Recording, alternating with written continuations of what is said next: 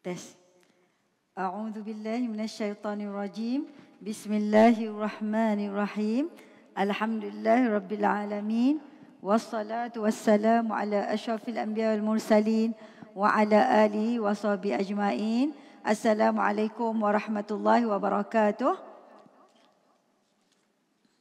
Allahumma arinal haqqa haqqa warzuqna ittiba'ah wa arinal batila batila warzuqna ijtinabah. Rabbana zalamna anfusana wa illam taghfir lana wa tarhamna lanakunanna minal khasirin. Amin ya rabbal alamin. Yang saya hormati, yang berbahagia Puan Sunita binti Abdul Aziz, Setiausaha Bahagian Pengurusan Sumber Manusia. Yang berbahagia datin-datin, puan-puan, ketua-ketua jabatan dan para muslimat dirahmati Allah sekalian. Dan tidak lupakan juga kepada moderator kita, MC Floor kita pada hari ini. Dan juga terima kasih diucapkan kepada pejabat Setiausaha Kerajaan Negeri Kedah kerana sudilah jemput saya untuk pagi ini, alhamdulillah, sebagai penceramah jemputan program Tanwir Ramadan 1444 Hijrah. Alhamdulillah. Pertama kalinya saya mengucapkan kesyukuran dulu terhadap Allah SWT kerana peluang yang Allah berikan.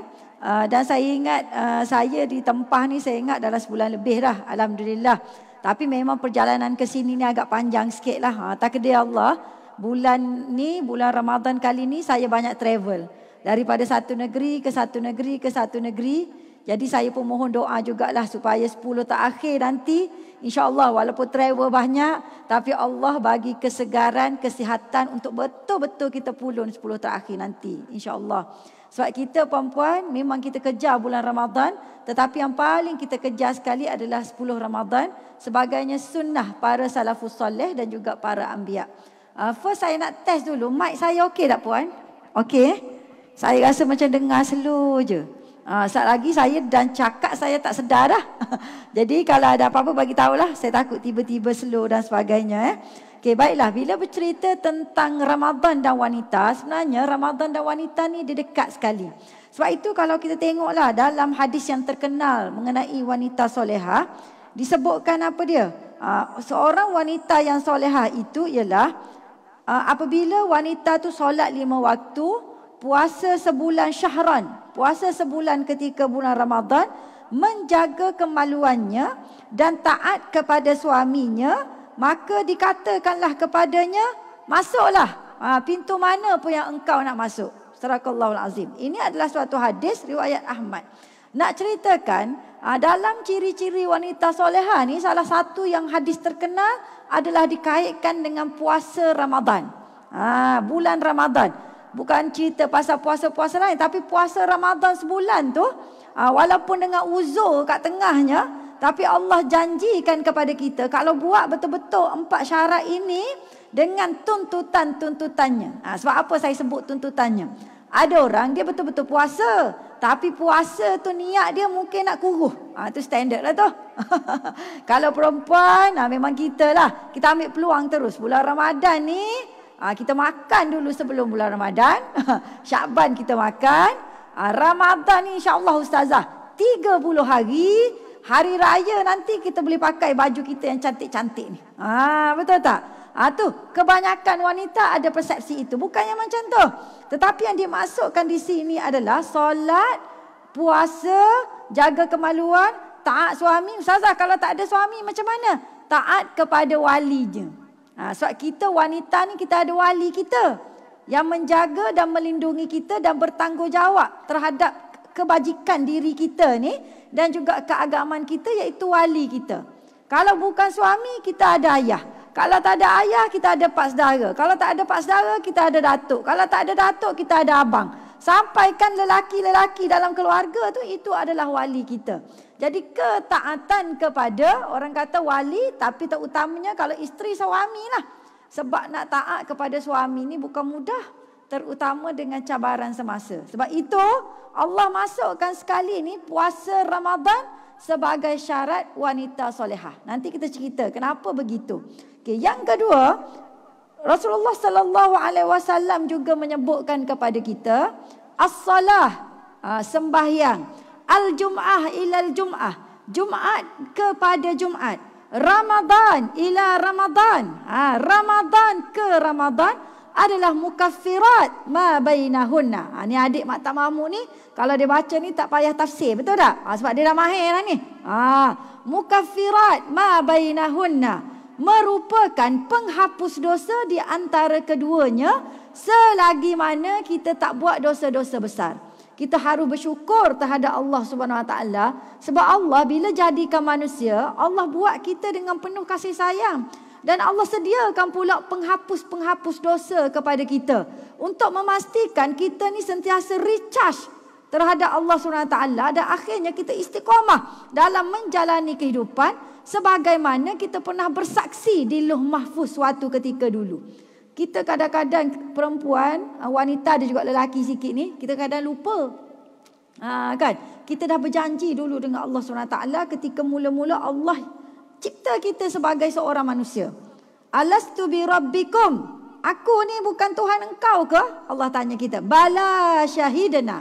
Masa tu kita semua jawab, ya, kami bersaksi ya Allah. Maksudnya apa dia? Kalau aku keluar ke dunia nanti, aku akan betul-betul menjalankan tanggungjawab aku. Aku akan menjalankan kerja aku sebagaimana engkau perintahkan aku ya Allah. Itu janji kita dulu. Tapi bila kita lahir ke dunia, manusia ni dia lahir dalam beberapa elemen. Pertama, kita lahir dalam bentuk jasad. Tapi dalam jasad kita ada roh. Dan kita ada elemen lain. Dalam tubuh kita ni ada akal, Allah jadikan, dan juga Allah jadikan hati sebagai raja segala anggota, dan seterusnya Allah bagi kita nafsu. Kelima-lima ni saling berkaitan. Kadang-kadang bila kita duduk atas dunia, kita ni alpa. Kita seronok duduk perhatikan jasad kita. Jasad aku ni bagus ke tak? Jasad aku ni cantik ke tak? Jasad aku ni tak lama nak tua dah, macam mana nak buat? Jasad aku ni letih menghadapi segala kerenah manusia dan ujian-ujian di dunia. Itu jasad. Tapi roh berbeza. Roh ni dia akan kekal. Sebenarnya roh lah yang paling kekal berbanding dengan jasad. Roh ni kalau kita tengok, dia di Lauh Mahfuz dilahirkan dalam bentuk roh. Di dunia lahir dalam bentuk jasad, dan kita akan kembali ke akhirat dalam bentuk roh kembali. Tapi kadang-kadang kita alpa. Kita duduk uruskan jasad, kita lupa kepada roh kita. Dan seterusnya kita ada hati. Hati ini adalah yang menjadi raja segala anggota manusia. Baik hati, baiklah sekeliling. Rosak hati, rosaklah sekeliling. Sebab itu kita walaupun dapat segala nikmat dan kelebihan di dunia, tapi kalau hati tak tenang, tak jadi apa. Sebab tu wanita hari ni buat macam-macam nak healing. Betul tak? Pergi shopping lah, konon-konon nak lupakan masalah. Balik-balik termenung seorang, datang balik masalah. Pergi travel lah, pergi tepi pantai lah, tengok apa ni, TikTok lah, konon-konon nak healing. Betul tak Sebab apa kita nak healing sebenarnya? Sebab hati kita tu ada masalah. Kadang-kadang kita ada belaka dah kat luar ni. Harta, mungkinlah tak banyak, tapi ada harta. Kalau perempuan boleh datang sini, maknanya perempuan ni kaya lah ni. Kalau orang tak kaya, dia kena kerja sekarang. Sebab saat lagi nak buka puasa, tak ada benda nak makan. Betul tak? Tapi sekarang boleh duduk diam macam ni, maknanya kaya lah, ada duit lebih. Kan macam mana? Saya selalu sebut, siapa yang suka datang ceramah, siapa yang Allah bagi rezeki dengar majlis ilmu, maknanya dia kaya, ada duit lebih. Saya nak tanyalah kat sini, sekejap lagi buka puasa, ada tak yang tak ada makanan langsung? Cuba angkat tangan. Kau makanan pula lebih-lebih, kena pilih ustazah. Masjid mana, dekat rumah kita tu kita kena pilih pula. Sampai kita bergaduh dengan suami. Abang, malam karang nak buka puasa apa? Suami pun kata, ikut awak lah. Saya orang Kelantan jadi bahasa saya macam tu ikut awak lah. Kita kata ikut awak. Ikut awak tu naik jadi singa tu. Sebab kita, minta maaf orang lelaki kita orang perempuan nak fikir menu pun kita orang stres. Betul ke tak betul? Stres. Jadi kalau kita tanya, tolonglah jawab. Biarpun tak tahu nak fikir, mesti jawab je. Ayam percik. Tapi percik tu tak nak percik Kedah, percik Kelantan. Nanti kalau kita buat percik Jawa contohnya, kenapa percik ni rasa lain? Kena pula tok lelaki orang Kelantan. Saya nak percik lain. Tadi tak bagi tahu. Dia start dah. Betul tak? Jadi kita ni macam tu. Jadi tuan-tuan, kalau isteri tanya, jawab terus. Sebab kalau tidak kita orang tension hanya kerana menu. Kan? Jadi sebab apa kalau kita tengok situ, kadang-kadang hati, saya sebut balik tu, hati tu, ketenangan hati yang kita cari, tapi kadang-kadang kita healing dengan cara tak betul. Akhirnya bila kita duduk seorang, benda tu akan pusing juga. Sebab apa? Hati tu tidak dirawat dengan cara yang betul. Kemudian manusia ni dia ada akal. Akal ni makanan dia apa? Ilmu. Hari ni kita ada ilmu. Ilmu ni makanan akal. Kenapa kita nak isi akal kita ni dengan ilmu? Tujuan dia adalah untuk memastikan kita boleh beza apa itu betul dan tak betul. Apa itu hak, apa itu batil. Itu tujuan ilmu. Kalau orang tu semakin belajar, tapi tak boleh beza apa itu baik dan buruk, apa itu halal dengan haram, apa itu hak dengan batil, maknanya dia tak dapat ilmu tapi dia hanya dapat maklumat. Sebab tu kita cek. Akal kita ni boleh cam tak benda tu baik ke tak baik. Sebab tu kadang-kadang budak-budak kita takut nak lepaskan dia seorang-seorang. Nak pergi asrama kan jumpa kawan tak elok. Nak pergi dekat bandar outing nantikan jumpa apa-apa yang tak betul. Scammer ke apa, korang kecek ke apa ke. Sebab apa kita takut? Sebab kita tahu ilmu dia tak banyak lagi. Orang yang semakin banyak ilmu, dia tahu benda tu betul ke tak betul. Tapi kalau kita semakin banyak ilmu, semakin berbalam antara syubhat halal dan haram, maknanya kita hanya dapat maklumat. Jadi makanan penting bagi seorang manusia juga adalah ilmu, nak memastikan dia istiqamah di atas muka bumi. Kemudiannya ada satu lagi makhluk yang ada dalam diri kita, iaitu nafsu. Nafsu ni apa dia? Nafsu ni sebenarnya adalah enjin yang nak mendorong kita sama ada ke arah baik atau buruk. Nafsu ni kita yang kena pandu. Kalau kita pandu dan latih dia ke arah baik, maka dia akan seronok, dia akan suka, dia akan melompat-lompat buat kebaikan. Tapi kalau kita latih nafsu kita buat kejahatan, dia akan rasa seronok dan teruja dan mengajak kita tuan dia ni untuk buat kejahatan. Sebab itu nafsu ni kadang-kadang yang menjadi penghalang kita untuk kita istiqamah dengan janji kita kepada Allah SWT. Sebab tu Allah sebut dalam hadis tadi, Rasulullah sebut dalam hadis tu, Allah sediakan kepada kita untuk memastikan semua elemen-elemen kita dalam tubuh kita ini dia seimbang. Dan kita ingat balik janji kita kepada Allah SWT. Iaitu apa dia? Solat. Kalau kita tengok pertama solat. Solat ke solat. Apabila kita solat, itu cara kita berhubung dengan Allah SWT. Itu cara kita berkomunikasi dengan Allah SWT. Allah ni dia kesian kat manusia. Sebab kita nak berkomunikasi dengan Allah, perlukan kepada kaedah. Dan kaedah tu ditentukan oleh Allah SWT. Ada orang dia berkomunikasi dengan manusia, tapi hati terhijab. Tapi kita nak bila berkomunikasi dengan manusia, hati kita putih bersih, kita nampak apa yang Allah nak daripada kita. Jadi Allah cakap, Rasulullah cakap, solat ke solat, dalam kehidupan seharian kita ada 5 kali solat.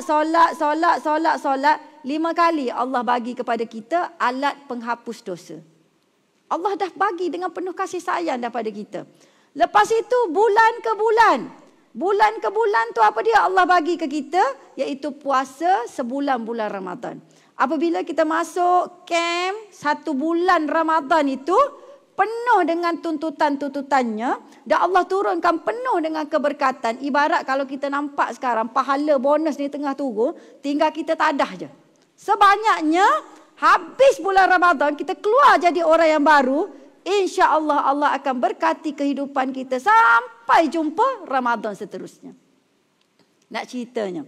Tapi antara minggu ke minggu Allah bagi Jumaat ke Jumaat. Itu sebenarnya adalah penghapus dosa. Tapi untuk tasa tahun adalah haji. Haji cukuplah sekali. InsyaAllah itu adalah penghapus dosa yang besar. Maknanya dengan penuh kasih sayang Allah sedia dah kat kita. Supaya kita manusia ni tak rasa berat. Puan-puan kena ingat kita sekarang manusia ni kita banyak mengungkit kehilangan daripada Allah SWT. Ya Allah ya Tuhanku, pasal apa aku ni dah usaha macam-macam tapi tak naik pangkat-pangkat. Kehilangan tak naik pangkat. Ya Allah ya Tuhanku, aku dah doa macam-macam pasal apa aku tak dapat jodoh lagi ni. Ya Allah ya Tuhanku, aku ni dah usaha macam-macam, dah buat amal kebajikan tapi kenapa aku tak dapat anak lagi. Ya Allah, ya Tuhanku, aku ni dah berusaha menjadi sempurna, tetapi kenapa hidup aku ni dirundung masalah? Asyik ada masalah, asyik ada ujian dengan suami lah, dengan anak lah, dengan rakan sekerja lah, dengan majikan lah, dengan jiran-jiran. Kenapa ya Allah? Kalau kita perasan, manusia ni dia selalu berkeluh kesah. Suka ngungkit. Semua benda tak kena. Tapi kita lupa, di sebalik kita ngungkit, Allah baru tarik 1 atau mungkin 2 atau mungkin 3.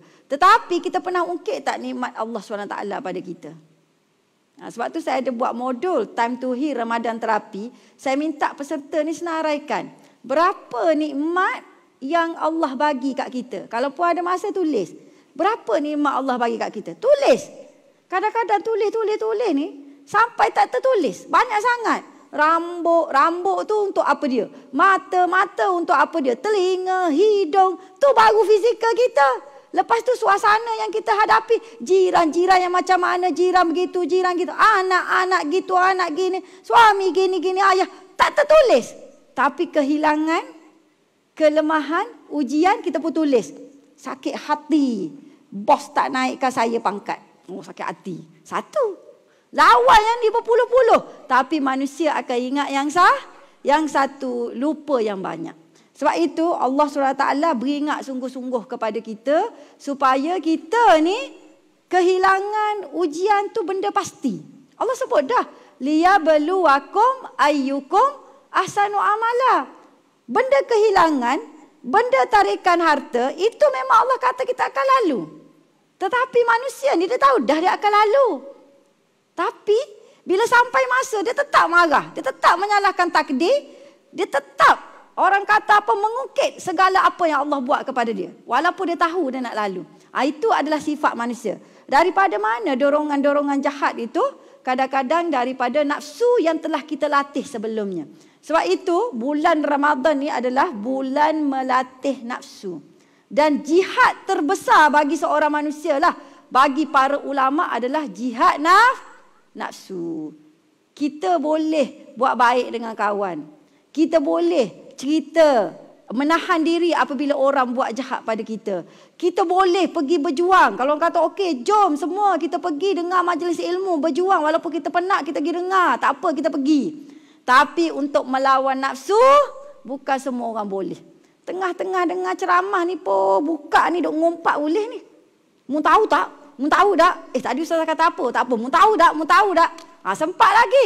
Sebab apa? Jihad nafsu tu adalah jihad yang susah nak dibuat. Sebab tu Allah sediakan 1 bulan Ramadan untuk kita didik nafsu. Dan kerana nafsu jugalah kita susah nak buat hukum hakam Allah Subhanahu Wa Taala. Allah nak kepada kita mudah je. Iaitu Allah nak kita ikut perintahnya, meninggalkan larangannya. Tetapi 2 ni lah yang kita nak payah nak buat kat muka bumi ni. Yang kita duk berkira-kira. Tudung ni aku rasa besar dah ni. Kalau besar sangat kita kecil sikit ya. Berkira-kira dengan Allah Subhanahu Wa Taala. Tu biasa bagi wanita. Kadang-kadang kita kecundang dengan nafsu. Tapi Allah sediakan penuh 1 bulan Ramadan. Sekurang-kurangnya hati kita bersih. Dapat menerima perintah Allah SWT. Macam mana kita nak terima perintah Allah? Melalui Al-Quran tu. Kita buka, kita baca. Kalau ada yang bagus kita buat. Kalau ada yang tak bagus kita tinggalkan terus. Tapi nak buat tu memerlukan perjuangan yang maha hebat. Okey, baiklah. Bila kita cerita tentang Ramadan dan juga wanita perempuan, sebenarnya Allah SWT ni maha kaya, maha rahman, maha rahim. Allah sudah menyediakan bagi wanita banyak pahala. Walaupun mungkin kita ni tak boleh 30 hari nak berpuasa sebab ada keuzuran dan sebagainya. Uzur haid, satu hal dah. Kadang-kadang sampai 15 hari. Ustazah 15 hari ni. Saya ni. Nak kira haid ke tak kira haid? Dia datang mula-mula 2 hari. Lepas tu kat tengah dia suci. Betul tak? Tu biasa kan? Bulan lain okey. Tiba-tiba bulan puasa dia main-main. Kat tengah 3 hari suci. Lepas tu dia datang balik haid 3 hari. Lepas tu dia suci balik. Ustazah, yang suci tu nak kira haid ke tak haid? Kalau bukan Ramadan, bulan bukan Ramadan, dia tak kira sangat. Bulan Ramadan ni dia kira. Sebab apa? Sebab nak kena ganti puasa. Saya kata, kalau kat tengah tu suci, sebelumnya itu adalah haid, dalam tempoh haid, semua lamanya dikira haid. Ustazah, kalau kita 15 hari lah kena ganti. Ya, 15 hari. Kejamnya Allah kepada wanita, ustazah. Lelaki dapat 30 hari, kita orang tak dapat 30 hari. Tak, Allah bagi banyak lagi pahala kepada wanita. Nanti saya akan ceritakan. Di samping tu wanita yang menyusu. Wanita yang menyusu, dia boleh buka puasa tak? Dapat kelebihan buka puasa. Tak kata nanti nak masuk tiba-tiba jatuh, pengsan, masuk wad baru kena buka puasa. Tak. Cukuplah dia buat penilaian. Kalau wanita tu menyusu, dia buka puasa sebab baby. Dia buka puasa. Tapi sebab baby yang kena menyusu, maka dia kena ganti dan bayar fidyah. Tapi kalau dia buka puasa kerana diri dia, boleh tak ustazah? Boleh. Contohnya apa? Dia dah menggigil. Boleh tak ustazah? Boleh. Ataupun satu lagi, wanita hamil. Wanita hamil pun boleh buka puasa. Nak ceritanya, wanita secara nature wanita, kita tak cukup 30 hari Ramadan berpuasa. Adakah bermaksud kita ni kurang sempurna berbanding lelaki? Tidak. Sebab ketika bulan Ramadan ada banyak pahala Allah sediakan untuk wanita. Apakah pahala-pahala khas yang disediakan untuk wanita?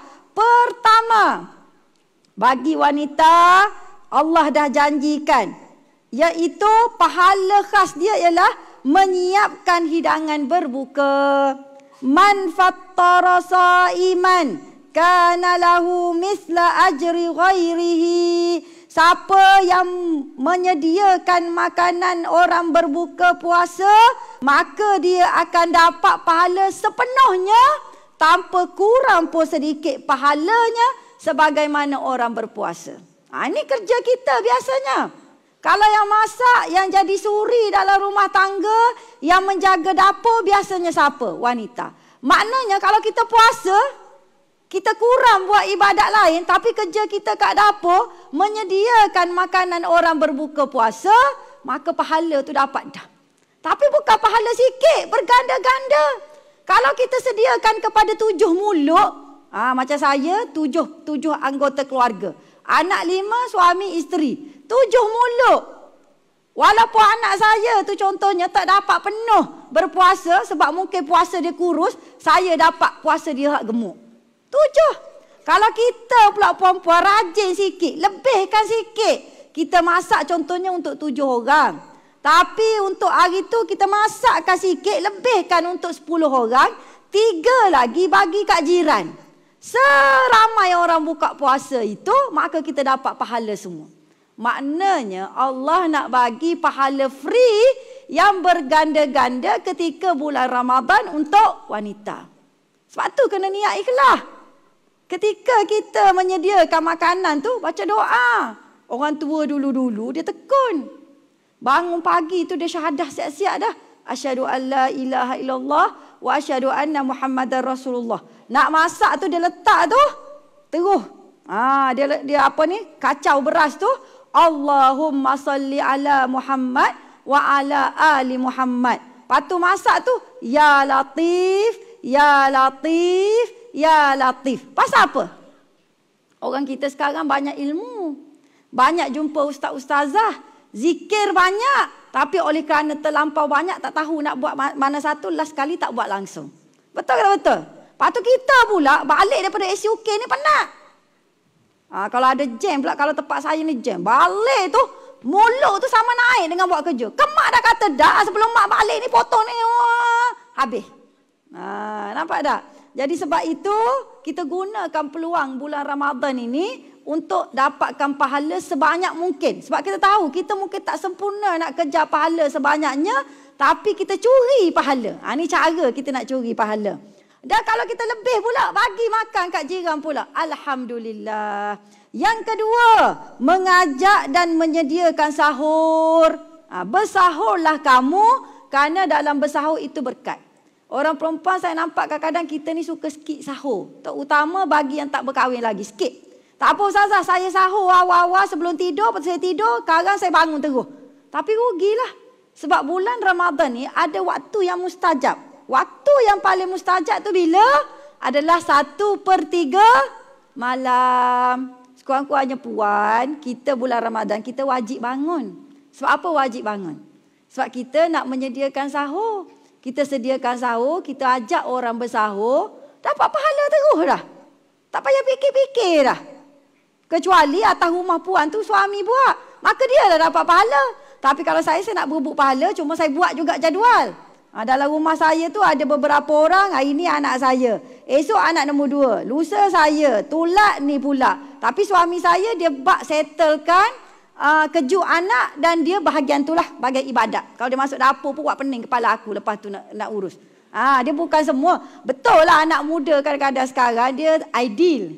Saya nak suami yang boleh masak kat dapur, yang boleh tolong saya kemas rumah. Betul, kita nak. Saya nak juga. Tapi ada keadaan tertentu, saya bagi dia tolong kat dapur untuk benda yang kasar-kasar. Tapi kalau nak suruh masak, tak payahlah. Buat letih aku. Betul tak? Dia ideal tu. Kalau nak kemas pun, tempat tertentu dia kemas. Tapi tempat lain tak usah lah, lagi pening abang. Tak payah. Abang buat benda ni. Tapi kalau dia tak buat benda ni, habis. Sebab tu pentinglah kita ada jadual waktu dalam rumah. Jadi mengajak dan menyediakan sahur. Walaupun dengan sebiji tamar, makanlah. Sebab berkat. Jadi masa kita sahur tu ingat terus. Ya Allah berkat, berkat. Sebab apa puan-puan, kita ni nak cari keberkatan Allah SWT. Ulama sebut, berkat ni dia berbeza dengan bertambah rezeki. Kalau benda tu sikit, kalau jatuhnya berkat Allah SWT, dia semakin bertambah banyak. Tu ulama sebut. Itu maksud berkat. Dan kalau benda tu banyak, bila jatuh berkat Allah, maka benda tu jadi bermanfaat untuk kita, orang ramai kerana Allah SWT. Dan sebaik-baik manfaat kepada Allah SWT ialah bila kita jatuh berkat atas kita, kita akan sanggup berjihad fisabilillah. Apa-apa pun kita letak Allah nombor 1. Saya ulang balik. Berkat-berkat ni adalah kalau kita ada harta sikit, jatuh berkat atas dia, dia semakin berkembang menjadi banyak. Sebab tu mungkin dulu anak seorang kita kata, bang, kita ni dengan keadaan rezeki sekarang macam mana? Esok-esok kita nak sekolahkan anak, nak masuk universiti kan anak, dengan biasiswa tak berapa banyak. Tapi bila dah kahwin 20 tahun, anak masuk universiti elok-elok je. Dulu masa muda kita fikir dengan suami ni fikir tak habis, betul tak? Dia macam fikir tak keluar. Tu saya dah kahwin 20 lebih. Tu saya boleh cerita tu. Dulu saya fikir, ya Allah, sofa pun aku tak boleh nak beli dulu. Mula-mula kahwin nak ceritanya. Tapi sekarang, anak dah masuk universiti dah. Rezeki daripada Allah Subhanahu Wa Taala. Bukan daripada kita pun. Berkat Allah. Tapi kalau harta tu banyak, benda tu banyak, jatuh berkat Allah, benda yang banyak tu menjadi manfaat. Ada orang, harta banyak, dapat banyak, cantik, elok, dapat segala kelebihan di dunia tapi memudaratkan. Tu ada. Maknanya tak ada berkat lah tu. Contohnya, puan cantik. Tapi cantik kita digunakan untuk macam mana? Untuk ke arah maksiat. Jadi kita kena ingat, aku ni maknanya Allah tak pandang aku, tak berkat lah tu. Letak situ terus.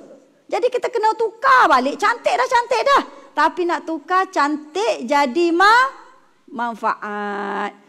Manfaat tu pula, kalau dia ni dah cantik, dah bagus, dah berkat, jatuh berkat lagi, dia sanggup menggunakan apa kelebihan diri yang dia ada pada Allah SWT tu untuk berjihad di jalan Allah. Sebab itu, Abu Bakar bila faham perkara ini, kita tengok sahabat-sahabat Nabi, perangai dia macam mana.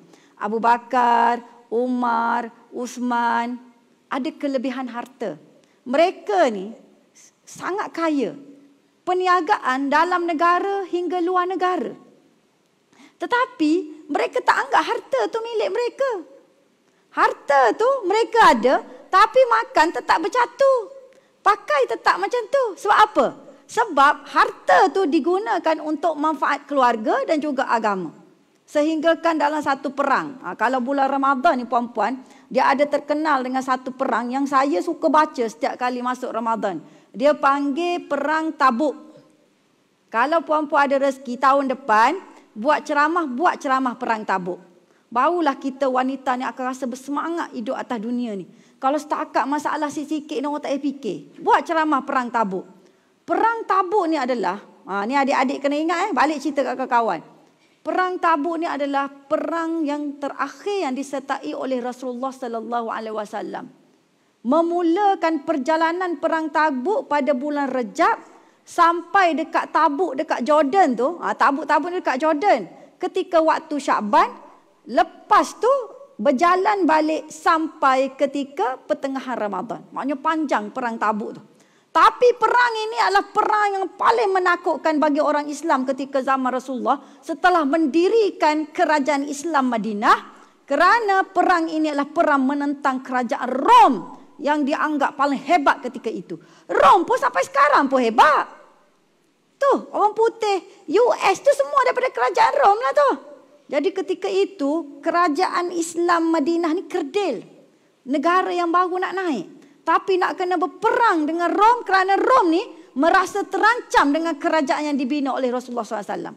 Jadi Rasulullah kata, okey semua orang, jom kita berjihad. Kotek derma. Kita berjihad. Biasa dalam peperangan lain, Rasulullah tak akan bagi tahu kita akan pergi perang mana, perang macam mana. Tak, kat tengah jalan baru bagi tahu. Sebab tak nak bocor rahsia. Tapi peperangan ini, Rasulullah announce terus. Siapa nak derma? Siapa nak sumbang? Siapa nak siap kenderaan? Ketika itu, nak ceritanya, Umar dan juga Abu Bakar bercakap-cakap. Rasulullah tanya Abu Bakar, Umar diserahkan separuh harta dia. Maka Rasulullah tanya, Umar, mu ni separuh harta mu bagi ni. Apa yang mu tinggal untuk ahli keluarga kamu? Rasulullah walaupun nak pergi perang, suruh fikir ni pasal ahli keluarga, terutama anak isteri. Sebab peperangan ini ibarat peperangan yang pergi tak balik-balik lah. Sebab berlawan dengan tentera yang paling hebat di dunia ketika itu. Raja Heraklius, Rom Timur. Jadi Abu Bakar kata, Umar kata, tak apa, separuh lagi ada, aku simpan untuk anak dan isteri-isteriku. Lepas tu Umar tanya Abu Bakar, mu bagi banyak mana? Aku bagi semua. Lepas tu mu tinggal apa? Dekat anak isteri mu? Aku tinggal Allah dan Rasul. Nih, sahabat ni, macam tu perangai dia. Sebab dia faham berkat tadi. Osman pula bagi, sebab Osman ni terkenal dengan kaya. Sebab apa terkenal dengan kaya? Sebab ketika di Madinah, Osman ni ditugaskan oleh Rasulullah untuk membangunkan pasar Madinah, membangunkan ekonomi Madinah, bergaul dengan tokoh-tokoh besar dan memastikan Islamic finance tu naik. Masa tu zaman tu macam tu lah bahasa dia nya. Ekonomi Islam tu naik. Jadi Osman ni bagi harta terlampau banyak sampai Rasulullah ni menangis. Dia kata, Osman, mu bagi ni banyak sangat. Tak apa. Untuk Allah dan Rasul. Sampai sepanjang malam tu Rasulullah menangis mengenangkan sahabat-sahabat. Dan nak cerita sahabat pula hak miskin, macam mana hak miskin? Hak miskin ni apa ada bagi. Apa ada bagi sampaikan golongan munafik ketika itu mengejek-ngejek. Mu setakat macam ni apa heran? Tak heran. Tak besar pun di sisi Allah SWT. Dia orang menangis, ya Allah ya Tuhanku. Dia kata, Rasulullah, aku bagi sikit. Dia ejek aku. Tak apa Rasulullah kata, besar di sisi Allah SWT. Yang terlampau miskin tak boleh bagi apa-apa, semua menangis. Kerana apa? Kerana faham. Berkat yang paling besar ialah apabila kita sanggup berjihad di jalan Allah. Ini sifat sahabat. Sebab tu perempuan, kita ni tengah cari berkat sekarang. Tapi zaman kita ni, umat kita ni, melalui sahur pun dapat berkat. Tapi kita tak nak bersahur. Jadi rugilah. Dan kalau kita datang haid pun kita bangun. Datang haid pun kita masih boleh qiyam. Menyediakan sahur tu kan pekerjaan yang baik. Itu qiyamul lail dah tu. Walaupun kita tak boleh nak solat 2 rakaat. Tak boleh nak solat witir. Tapi zikir boleh zikir tak? Boleh zikir. Pasal apa tak buat? Sedangkan ni, Tuhan tengah turun ni. Kita ni umur berapa lama? Saya perempuan, ada ayah sahabat baru ni. Beberapa hari sebelum Ramadan, saya menangis dengar. Sebab apa? Sebab mungkin saya ni 40 lebih dah. Jadi kita duk fikir umur kita ni tak panjang. Betul tak? Dulu masa 20 lebih tak fikir apa macam ni ya. Ketung-ketung tak fikir apa. Wah, saya kan ustazah versatile. Tak takut apa. Tapi bila 40 lebih ni fikir banyak. Apa lagi nak buat, apa lagi nak tinggalkan, apa lagi yang aku tak sumbang kepada agama. Banyak fikir. Lepas tu bila tengok orang kawan lepas kawan, seorang sakit. Kawan lepas seorang maka darah tinggi puan. Dulu ubat darah tinggi. Lepas sorang makan ubat kecil manis. Aku ni umur berapa pakai makan ubat. Tapi saya rezeki Allah tak bagi lagi. Apa-apa penyakit. Alhamdulillah. Tapi nak cerita je. Ada sahabat ni. Dia ketika bulan Syakban hari tu. Sebelum nisfu Syakban. Rajin berpuasa. Kan dia orang tua lah. Rajin berpuasa. Tapi orang yang sangat banyak menyumbang kepada agama dengan tenaga dia. Jadi dia berpuasa sunat. Kemudiannya, bila petang nak gilah beli makan buka puasa. Macam biasalah. Orang kampung kat Kelantan kan naik motor.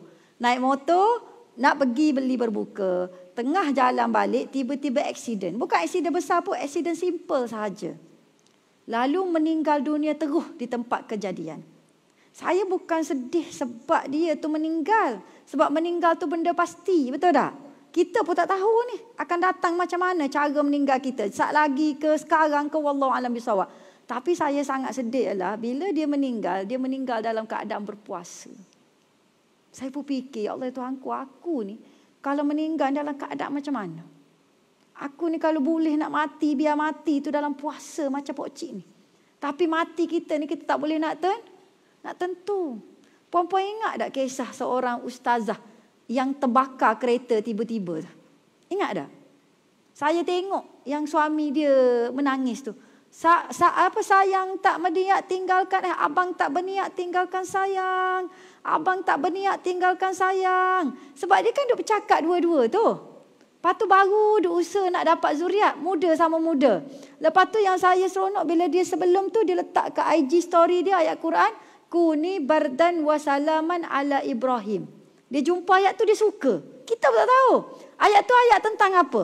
Ayat tu adalah ayat tentang bagi tahu kepada Nabi Ibrahim, bagi tahu ke api supaya sejuk dan selamatlah ke atas Ibrahim. Tiba-tiba nak ceritanya, rupanya Allah gerakkan hati dah ustazah ni. Duk bercakap elok-elok, tiba-tiba terbakar kan? Terbakar, dia keluar dulu dengan niat nak tarik isteri. Tiba-tiba meletup. Meletup, isterinya meninggal, tetapi yang bestnya langsung tidak ada terbakar dalam keadaan sujud kan? Duduk antara dua sujud ke sujud? Tu saya fikir, kita esok-esok mati macam mana? Macam mana rupa mati kita? Sebab tu kita kadang-kadang di dunia ni lah, saya kadang-kadang kan masalah banyak. Masalah kerja, masalah staff, masalah macam-macam lah. Kita manusia kan ada masalah. Masalah dengan suami, macam-macam masalah. Kadang-kadang masalah tu buntu. Tapi kadang-kadang saya fikir, aku sebanyak-banyak masalah pun umur dah 45. Katakanlah mati umur 60, masuk di alam barzah nanti, umur lagi panjang. Daripada pening kita fikir masalah ni sampai menggugat iman dan menggugat diri kita. Lebih baik kita fikir hak pening, hak umur panjang lagi. Percaya tak saya kata yang sana umur lagi panjang? Puan-puan tengok Rasulullah SAW meninggalkan kita berapa lama dah? Berapa lama dah Rasulullah tinggalkan kita? 1000 lebih tahun. Betul tak? 1000 lebih tahun dah Rasulullah tinggalkan kita ni. Adakah Rasulullah mati? Tak. Rasulullah ada di alam yang lain. Maknanya kalau saya ni hidup 45 tahun baru. Kan? Tapi Rasulullah dah hidup 1000 tahun lebih sana. Tok saya meninggal dunia dah. Dia hidup dekat dunia ni 100 tahun. Tok saya 100 tahun. Orang dulu kan. Saya sempat hidup dengan dia 100 tahun. Umur 90 lebih ni duduk atas bumbung lagi. Tok perempuan. Orang petani dia panggil tok juga perempuan. Duduk atas bumbung nyapu. Orang dulu rajin nyapu atas bumbung. Bulan puasa nyapu. Kita ada tak perempuan naik nyapu atas bumbung? Ada tak? Bumbung tak pernah naik. Orang dulu nyapu atas bumbung. Ni nenek saya. Kotor bumbung ni, dia kata. Nyapu. Bulan puasa 90 lebih. Umur 100 tahun dia mati. Saya kata pejam tak pejam. Dah lama dah. Tok duduk di alam barzah. Dan dia akan kekal sampai bila? Sampai kiamat. Jadi puan-puan bila fikir macam ni, masalah kita kat dunia ni kini. Masalah mana yang kita kena patut fikir lagi? Di akhirat. Macam mana rupa kita di akhirat nanti? Sebab itu, kalau ada peluang dapat berkat, kejar terus. Terutama peluang-peluang yang simple seperti ini. Rasulullah sebut, tasahharu Kerana fa inna fis sahur barakah. Kita pula tolong sediakan ke orang-orang lain. Berganda-ganda tak pahala? Berganda-ganda. Yang ketiga, seorang perempuan hendaklah menyiapkan suami beriktikaf 10 hari terakhir, terutamanya di masjid. Kita tolong siap suami iktikaf tu pun dapat pahala besar. Sebab Rasulullah sallallahu alaihi wasallam 10 hari terakhir bersungguh-sungguh dengan para sahabat sampaikan dia ikat kain. Apa maksud ikat kain ni? Ni ada orang tanya saya ni. Ni saya nak cerita soalan ni. Soalan famous ketika bulan Ramadan yang akan datang kepada saya. Pertama, Ustazah, boleh tak saya nak makan ubat penahan haid 30 hari bulan Ramadan? Boleh ke tak boleh, puan? Siapa sini yang makan angkat tangan? Tak nak ngaku, malu. Sebab ada orang lelaki, keluar orang lelaki. Tak apa, duduklah situ. Marah dia kan. Okey, siapa yang makan ubat penahan haid, hukumnya adalah harus. Boleh, tetapi afdalnya ulama kata ikutlah nature. Sebab banyak dah pahala peluang daripada Allah SWT. Dia datang soalan kedua pula. Satu lagi soalan Ustazah. Dia biasa orang ni, dia akan tanya soalan tu, orang kata sekali, bersekali dalam bahasa undang-undang. Kan saya undang-undang, bahasa macam tu lah.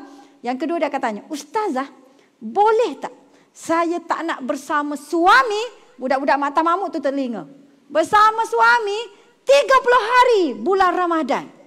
Tu soalan standard saya terima. Sini ada tak permintaan macam tu? Dah buat agreement siap-siap. Saya Ustazah memang buat agreement siap-siap dah dengan suami. Masuk bulan Ramadan jangan sentuh I 30 hari. Sebab saya nak fokus betul-betul bulan Ramadan. Saya kata, kenapa puan tak nak bersama dengan suami di bulan Ramadan? Bukankah berkat? Kalau dapat anak pun Alhamdulillah, anak Ramadan, betul tak? Berkat tu.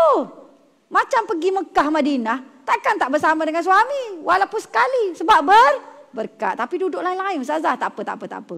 Kan? Ni bulan Ramadan ni. Kenapa? Ustazah, sebab kita orang malas mandi wajib. Lama Ustazah. Kenapa awak mandi wajib lama? Rupanya dia tak reti mandi wajib. Orang mandi wajib sekejap, dia mandi wajib lama. Jadi saya nak tanya perempuan lah. Kan saya kata, mana paling yang kita beribadat kepada Allah SWT tu juga adalah ibadat. Lepas tu kita beribadat dengan suami tu bukan ibadat ke? Ibadat juga. Sebab tu puan-puan, kalau kita nak kejar pahala, tengok dulu pahala di wanita tu apa dulu. Bersama dengan suami juga adalah ibadat. Tetapi saya sebut Rasulullah dalam orang kata sunnah Rasulullah, 10 terakhir itu tidak bersama dengan isteri. Itu maksudnya ikat kain. 10 hari terakhir para sahabat dan Rasulullah buat apa? Pergi masjid, beriktikaf dengan masjid. Dan siapa yang mempersiapkannya? Kitalah para isteri. Jadi puan-puan, kalau ada suami, galakkanlah iktikaf 10 hari terakhir di bulan Ramadan. Tapi suami saya kerja Ustazah. Tak apa, sekurang-kurangnya malam. Sampai qiyam pun tak apa. Tidur dekat masjid. Tapi ada juga tanya saya, Ustazah, saya ni perempuan. Saya ada suami. Saya nak pergi iktikaf dengan kawan-kawan di masjid. Ni orang tua lah suka tanya. Ni tak apa, orang bekerja semua. Bila dah pencet, soalan ni soalan wajib. Ustazah, saya nak pergi iktikaf kat masjid. Tapi suami saya tak bagi. Ambuh. Macam mana nak buat? Saya kata, puan, kadang-kadang orang lelaki ni bukan dia tak nak pergi iktikaf bila dah berumur. Masalah nak kencing lah. Kencing tak tus, tak lawas. Betul ke tak betul? Lepas tu jap lagi nak minum air kopi ketika sahur. Lepas tu nak ngatur isteri macam tu, macam ni. Kan nak pergi toilet. Jadi lebih afdal puan melayani suami kat rumah. Kalau dia tak nak pergi masjid, duduk kat rumah tak apa. Tetapi puan siapkan dia untuk pergi iktikaf, puan dapat sekali. Puan tak payah pergi, puan dapat juga. Nak ke tak? Oh, baru dia faham. Sebabnya kalau dekat kawasan saya tu lah, kita ada masjid besar-besar. Masjid besar-besar tu dia sesuai untuk wanita iktikaf. Kat sebelah atas tu dia memang selesa. Kurang fitnah. Jadi semua geng-geng ni yang mengaji taklim macam ni, semua pakai ambil cuti nak pergi iktikaf. Saya kata, ni nak pergi iktikaf ke nak pergi berbual ni? Dia ada juga perangai orang perempuan ni. Yang geng shopping satu hal, ni geng ibadat ni ada juga. Saya kata orang dulu-dulu tahu tak iktikaf macam mana? Ni saya nak ajar ni. Nak itikaf orang dulu yang itikaf masjid biasanya wanita yang tak ada suami, kematian suami. Lepas tu dia akan cari masjid-masjid yang kurang fitnah. Dan dia akan bawa kelambu bersama dengan dia. Saya tak tahulah kalau masjid Kedah ni macam ni juga. Kalau kita orang kat Kelantan, Masjid Muhammadi lah, masjid lama zaman dulu kan. Siapa pergi Kota Baru, dia ada masjid besar, Masjid Muhammadi. Masa saya kecil dulu sampai sekarang tak ada dah. Sebab lepas Covid tak ada dah. Daripada saya kecil, biasanya akan ada makcik-makcik tua, 10 hari terakhir dia tak keluar masjid. Dia akan duduk dalam masjid je. Berdoa, beribadat, tetapi dia akan pasang kelambu, duduk dalam kelambu. Itu cara orang itikaf. Bukan pergi beritikaf beramai-ramai di masjid. Itu dah jadi itikaf lain. Nampak tak? Lepas ni puan-puan kena bijak curi pahala. Jangan kita curi kat sini, kita kurang kat sini. Jadi lepas ni puan-puan, kalau boleh sebelum 10 terakhir, bagi makan kat suami siap-siap. Bagi lega-lega. Lepas tu abang, bermula daripada sekarang abang pergi masjid. Kenapa awak halau saya? Tak, awak pergi, saya dapat pahala juga. Ini pahala free bagi seorang wanita. Yang keempat, sedekah di bulan Ramadan. Orang wanita walaupun datang haid, tak datang haid, sedekah ni boleh buat ke tak boleh buat? Boleh buat. Jadi sedekah ni pahala. Kita orang perempuan tak boleh sedekah dengan duit, sedekah dengan barang masakan. Nak ceritalah sedikit tips lah kepada terutama pasangan muda yang baru 5 tahun kahwin. Saya biasa dekat IG dengan TikTok, yang banyak jumpa saya adalah pasangan muda. Saya kata kita ni kalau nak berkat duduk dekat sesuatu taman ataupun perumahan, kena buat baik dengan jiran. Ustazah, macam mana saya nak buat baik dengan jiran? Dia kata, sebab sekarang bukan macam zaman dulu, sibuk. Kita pun balik kerja pukul berapa, masuk rumah nak keluar ni dah macam kain buruk dah ustazah. Betul ke tak betul?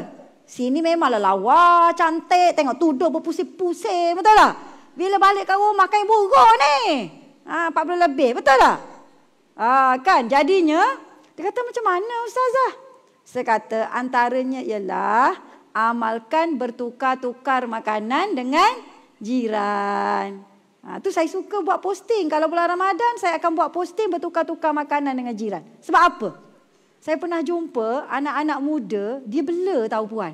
Kita ni mungkin hidup zaman 80-an kot. Saya 80-an, 90-an.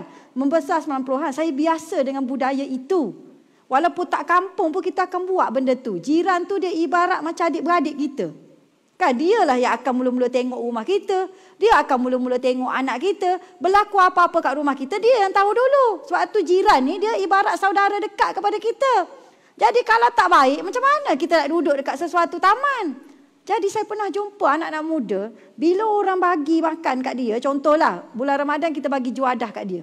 Dia boleh tanya, Ustazah, kalau orang tu bagi makanan kat kita, sebenarnya macam mana kita nak buat seterusnya? Saya pun terfikir. Soalan ni bagi saya soalan yang sangat pelik lah. Dah kalau orang bagi makan kat kau ucaplah terima kasih. Senyum tu satu hal lah. Lepas tu kalau ada makanan lebih, kalau tak ada esok beli, gantilah balik. Bagi. Dia tak boleh fikir. Lepas tu dia tanya pula. Dalam soalan radio pun ada. Dia kata macam ni, saya nak bagi apa nak balas?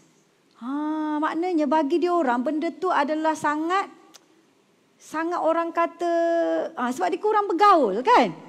Jadi benda tu bagi dia sangatlah pelik. Padahal kita dah orang bagi terima kasih. Esok kita masak lebih, bagi sikit. Bukan mesti orang sekarang dia ingat kalau nak bagi ke jiran tu mesti dalam kotak cantik, mesti mahal, ada riba-riba, selamat menyambut Ramadan baru bagi. Macam tu ke? Kita orang tak, simple je. Mana ada kadang-kadang sira pisang. Orang Kelantan paling mudah, paling murah sira pisang cekodok. Cucur kan? Letak. Goreng banyak-banyak pergi bagi kat jiran. Okey je. Kalau saya sira pisang. Tahu sira pisang? Kat sini panggil apa? Pengat Paling mudah puan-puan. Hak mana muda-muda ni sira pisang. Pisang tu potong 2. Kalau banyak sangat jiran. Lepas tu letak gula, letak daun pandan. Kelantan ke gula. Letak daun pandan, letak gula. Selesai. Ambil bungkus-bungkus, pergi.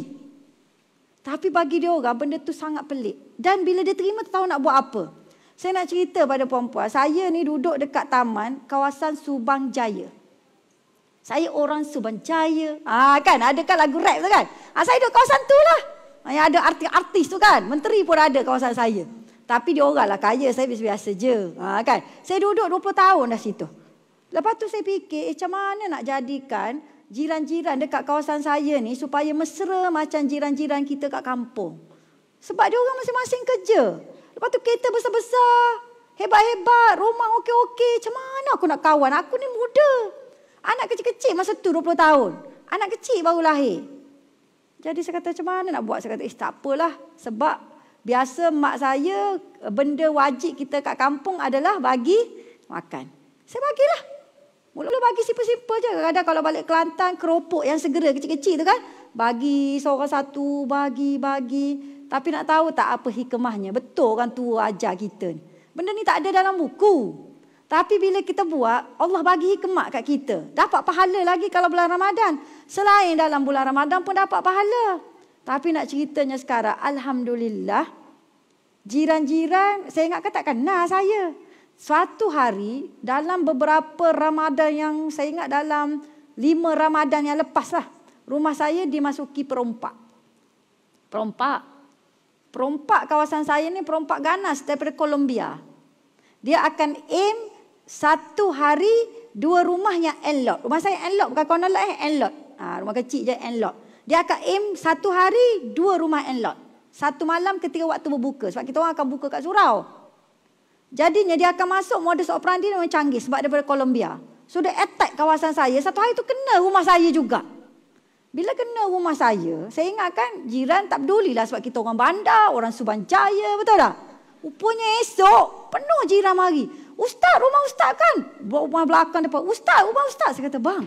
Rupanya Cina, India, Melayu. Ustaz. Oh, Cina Melayu pun ustaz-ustaz juga. Lepas tu saya kata, abang rupanya jiran kenal kita. Itulah. Jadi suami saya kata, lepas ni kena perangai elok-elok orang kenal kita. Yalah, kita kat rumah suara tu faham sendirilah. Aku rasa satu taman dengar, betul tak? Dengan rumah 2 tingkat tu. Jadinya lepas ni perangai elok-elok orang kiri kanan semua kenal kita. Yang belakang pun ustaz, mari tanya khabar lah. Dan lepas tu saya baru perasan, ya Allah, mungkin hikmah daripada orang tua ajar kita duk bertukar-tukar makanan. Dan yang bestnya sekarang, kalau saya travel, macam ni saya travel.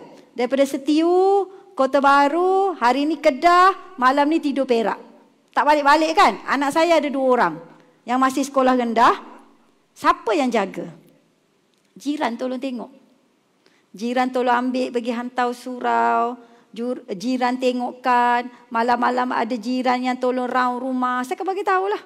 Sebab saya kerja travel, kadang-kadang pergi luar negara, kadang-kadang sebulan pergi luar negara. Saya akan bagi tahulah, saya tak ada tolong tengok. Diorang tengoklah. Saya pernah tinggal anak 3 bulan. Jiran tolong tengok. Dia datang, dia tengok. Lepas tu saya kata, Masya Allah. Jadi orang lain pening dengan jiran kan. Tapi saya kata, ya Allah, rezeki kita berkat ikut orang tua. Biarlah mula-mula masa saya bagi makanan tahu macam mana. Assalamualaikum. Kalau orang Melayu kan, ni ada sedikit makanan. Ya. Tak tanya apa, ya macam tu je. Kadang-kadang kalau uncle Cina mula-mula tu, you kat mana? You tinggal mana? You bagi apa? Kan. Tak ada apa-apa ni bersih ni. Macam tu je lah. Tapi lama-lama rupanya mereka lah yang mula tengok rumah kita. Betul lah. Allah kata jiran tu adalah saudara terdekat. Saya ingat dulu-dulu, kalau mak saya bersalin, dulu-dulu tak payah ada, dia panggil midwifer tu kan. Mana ada orang sekarang, kalau nak bersalin kena ada 3,000, kena ada bidan. Bidan siap dengan masak, betul tak? Manja sungguh orang sekarang. Sebab tu dia nak beranak 2 je. Sebab 3,000 campur beranak, 3,000, 6,000 Ustazah. Tak masuk lagi yang lain-lain dengan peralatan-peralatan yang canggih-canggih. Betul tak? Jadi kan banyak Ustazah mahal. Saya beranak 2 je, 20,000 cukup. Macam tu dia kira. Saya ingat mak saya dulu-dulu, saya baru rasa ni lepas 20 tahun dekat kawasan taman tu. Yang mana mak saya bila dia beranak, ada seorang tolong cuci lampin. Ada seorang tolong tengok anak kan yang besar. Ada seorang hantar makanan dulu. Biasanya mereka akan tolong 7 hari pertama sampai segar. Dulu nak bertungku tak ada duit. Jiran datang tungku. Dulu. Jadi saya kata, macam mana aku nak dapatkan suasana macam tu? Rupanya melalui sedekah. Lepas ni anak-anak muda, saya nak pesan betul-betul, kalau boleh amalkan sedekah. Dan kalau kita orang wanita, kita gunakanlah kemahiran kita sebagai wanita untuk bersedekah. Tapi jangan pula, ustazah saya dah lama bersedekah, tak dapat pun jiran macam tu. Tu mesti ada something wrong dengan awak pula. Kena tengoklah pula komunikasi, betul tak? Macam mana? Okey, seterusnya. Sedekah yang paling utama adalah pada bulan Ramadan, sebab Rasulullah SAW paling banyak bersedekah ketika bulan Ramadan. Seterusnya, kerja paling penting bagi orang wanita pada bulan Ramadan adalah buat confirm dapat pahala berganda-ganda. Apa dia? Mendidik anak, keluarga dengan semangat dan ihya Ramadan. Ini adalah kerja wanita. Sebab apa? Sebab Allah sebut keluarga ni adalah organisasi. Organisasi. Macam sekarang kita dekat SUK, kita ada organisasi, betul tak? Yang bawah kena taat yang atas. Betul tak? Yang atas kena merahmati yang bawah. Lepas tu rakan sekerja, kita ada etika kita. Dalam bekerja pun kita ada SOP. Betul ke tak betul? Dan keluarga juga adalah sebuah organisasi. Al-Quran sebut dalam sebuah organisasi keluarga, lelaki ar-rijalu qawwamuna 'alan nisa. Lelaki itu dia adalah pemimpin utama yang memastikan pembangunan keluarga, nafkah keluarga terutamanya, hala tuju keluarga, polisi keluarga dijalankan dengan sempurna. Sebab orang lelaki ni tanggungjawab dia memastikan anak dan ahli keluarga dia jauh daripada api neraka. Tapi orang perempuan Allah sebut sama juga. Dalam hadis Rasulullah sallallahu alaihi wasallam, Rasulullah sebut al-mar'atu ra'iyatun fi baiti zawjiha. Wanita itu pemimpin dalam rumah tangga suaminya. Maksudnya apa dia? It's about leadership. Lelaki adalah pemimpin utama, perempuan juga adalah pemimpin, iaitu apa dia? Kalau kita kat timbalan Perdana Menteri, anak-anak kena taat dan berkhidmat kepada ibu dan bapa. Ini sebuah organisasi. Tapi kita bila menjalankan tanggungjawab kita macam biasa, dapat pahala dah bulan lain. Tapi bulan Ramadan dapat pahala berganda-ganda. Sebab itu puan-puan, bila masuk bulan Ramadan, tolong fikir ke anak-anak. Ni saya nak tegur juga setengah-setengah. Kadang-kadang betul ustaz kata, minta maaf, sekejap lagi ada ustaz buat hukum pula. Ni FB live tapi aku tak peduli, benda betul. Kan aku tak peduli. Jadinya gini. Ada ustaz kata afdal perempuan tu solat di rumah. Saya setuju. Tapi masalah zaman sekarang, bila saya solat di rumah, anak-anak saya akan solat di rumah lah. Ikut kategori lah. Yang perempuan sekali dengan saya, anak lelaki dengan suami saya. Tapi anak perempuan saya ni selepas solat, dia akan terdedah kepada suasana rumah. Tak apalah kalau suasana bi'ah okey. Tapi dalam masa yang sama, medsos tu 24 jam. Dia akan berjumpa dengan kawan-kawan di medsos. Dia akan berjumpa dengan macam-macam aktiviti di medsos. Betul ke tak betul? Dan dia akan pergi ke tempat yang dia nak pergilah. Kedai. Kalau kedai dia tak pergi dah kedai-kedai Tom Yum sekarang. Dia pergi kedai apa? Korea. Cheesy-cheesy semua, betul tak? Dia lebak tak dia lebak. Saya tak kerti nak sebut. Makan boleh lah sekali dua. Lepas tu lekat tekuk. Kau makan apa macam ni? Kalau kita masak kadang dia tak makan. Food panda. Betul tak?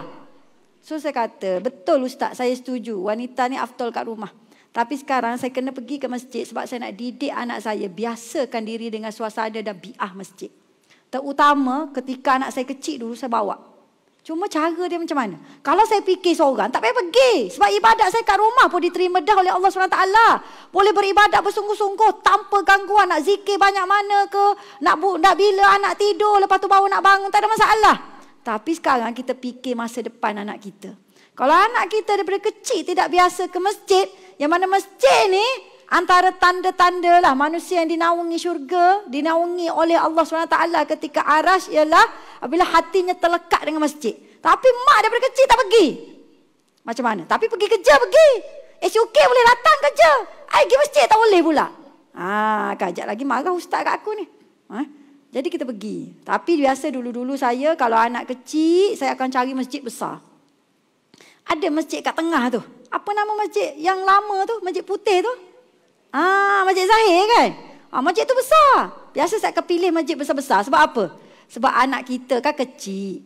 Kadang-kadang dia berlari-lari. Walaupun ikat pun dia akan merangkap berlari-lari. Dan semayang saya pun biasanya saya akan semayang tu bergerak-gerak. Tahu semayang gerak-gerak macam mana? Mula letak anak sini. Semayang. Pergi lagi jauh. Gerak sikit. 1, 2. Kita kan boleh gerak. 1, 2. Lepas tu pergi jauh lagi. Cepat-cepat semayang. Mufarakah pula. Okey, pergi ambil pula. Tak apa, tak sempurna. Tapi anak lama-lama dia akan belajar adab di masjid. Adab hormat orang. Betul tak? Adab macam mana nak respect kepada orang tua. Adab macam mana nak berkawan dengan kawan-kawan. Adab ketika solat dan lain-lain. Adab tu saya tak boleh nak ajar. Dia kena lalu sendiri. Lepas tu bila anak dah remaja, saya perhati juga. Kadang-kadang kita ada anak remaja, kita pun anak-anak dia suka solat belakang dengan kawan-kawan. Betul ke tak betul? Kita pula kejar pahala. Masuk masjid tu, kejar pahala. Ni, saf depan. Betul. Tapi anak kat belakang, confirm tak solat. Kalau anak lelaki tu, kalau anak saya, dia cerdik, witir je dia solat. Dia kena pergi cat. Aku tengok, buah main. Anak lelaki dia main. Lepas tu dekat witir tu, dengan bersungguhnya witir kan pendek. Baru semayang witir. Solat, dia kata. Saya kata tak boleh jadi ni anak aku ni. Yang jenis dah 2, 3, 4, 5, tingkat 1, tingkat 2, tingkat 3. Perangai lebih kurang je. Tingkat 4 je baru boleh lepas. Dia akan solat kat belakang. Dia tak nak pergi ke depan sebab kawan dia penuh kat belakang ni.